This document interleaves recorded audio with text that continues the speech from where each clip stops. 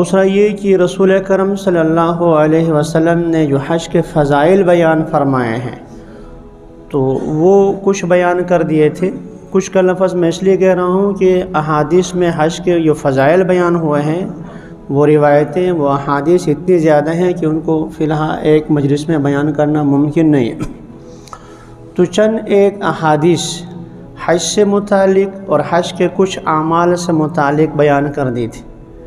اس میں سے یہ بھی تھا کہ رسول کرم صلی اللہ علیہ وسلم کا فرمان تھا کہ مقبول حج کا بدلہ سوائے جنت کے کچھ بھی نہیں، یعنی جنت ہی اس کا بدلہ ہے. اور اس میں یہ بھی تھا کہ رسول کرم صلی اللہ علیہ وسلم کا فرمان کہ عرفات کے موقع پر جو شیطان ذلیل ہوتا ہے پورے سال میں کبھی اتنا ذلیل نہیں ہوتا. شیطان اپنے سر پر خاک ڈالتا ہوتا کہ میں پورا سال ان کو جو ہے وہ گناہوں میں لگاتا رہا، اور آج اللہ تعالیٰ کی رحمت کے درجہ ایسے جوش میں کہ سب کی مغفرت ہو گئی، میرا سارا کیا کرایت نقصان ہو گیا، سر پر خاک ڈالتا.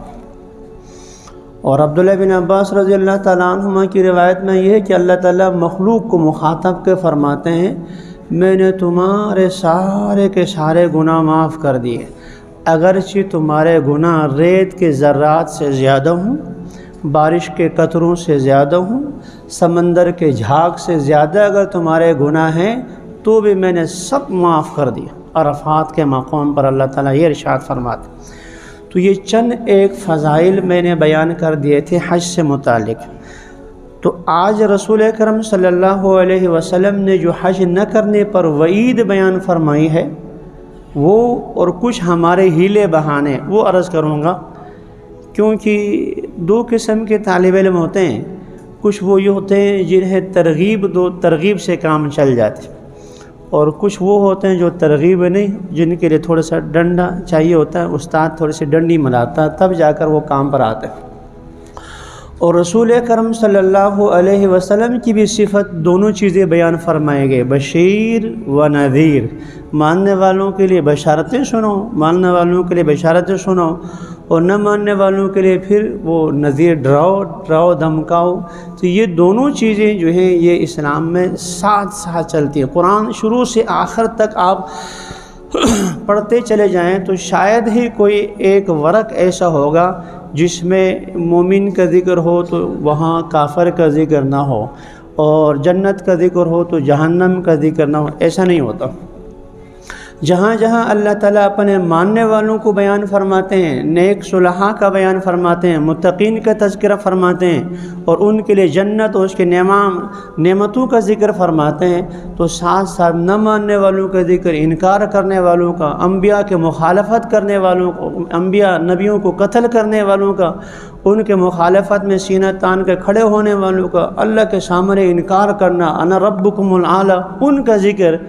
اور پھر ان کو اللہ تعالیٰ نے جو اپنی پکڑ میں لے لیا ان کا ذکر، اور آخرت میں ان کے لیے عذاب کا ذکر، یہ ساتھ ساتھ چلتا ہے. کسی کو یہ والی دوائی مناسب ہوتی ہے اور کسی کو یہ والی دوائی مناسب ہوتی ہے، دونوں سلسلے چلتے ہیں. تو کل پچھلے جمعے کو حج کے فضائل بیان ہوئے تھے، تو آج حج سے متعلق وعید ہے. پہلے تو قرآن کی آیت دیکھ لیں. اللہ تعالیٰ فرماتے ہیں وَلِلَّهِ عَلَى النَّاسِ حِجُّ الْبَيْتِ مَنِ اسْتَطَاعَ إِلَيْهِ سَبِيلًا. جن کے پاس استطاعت موجود ہے، حج بیت اللہ تک جانے کا سفر کا خرچہ موجود ہے، واپسی کا تک کا گھر کا پیچھے خرچہ موجود ہے، تو ان پر حج فرض ہے. یہ جملہ کے بعد اللہ تعالیٰ نے اگلا جملہ ارشاد فرمایا وَمَن كَفَرَ فَإِنَّ اللَّهَ غَنِيٌّ. جو ظاہری معنی ومن کفر، جو کفر اختیار کر لے، جو کفر اختیار کر. معنی کیا ہوا کہ حج فرض ہونے کے باوجود جو شخص حج نہیں کرتا گویا کہ وہ کفر کا معاملہ کرتا. جیسے نماز کے بارے میں اللہ تعالیٰ نے قرآن میں فرمایا اقیموا الصلاۃ، نماز قائم کرو، اور نماز چھوڑ کر ولا تکونوا مشرکین، نماز چھوڑ کر تم مشرک مت بن جاؤ. تو ایسے ہی یہاں حج کے لیے لفظ استعمال فرمایا ومن کفر، جو کفر اختیار کر لے، تو گویا کہ حج کا اگر عملی انکار ہے۔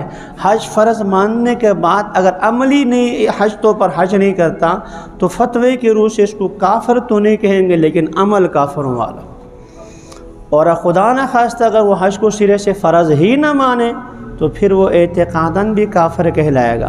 یہی بات جو ہے حضرت علی رضی اللہ تعالی عنہ کی روایت میں ہے، رسول اکرم صلی اللہ علیہ وسلم نے ارشاد فرمایا من ملک زادا وراحلۃ تبلغه الی بیت اللہ، جس کے پاس سواری اور خرچہ موجود ہے جو بیت اللہ تک جا سکتا ہے، اس کے باوجود فلم یحج، اسے حج نہیں کیا، فلا علیہ ان یموت یہودیا او نصران، پھر کوئی بات نہیں، جس طرح چاہے مرے، یہودی ہو کر مرے، عیسائی ہو کر مرے، اللہ کے ہاں اس کی کوئی ویلیو نہیں۔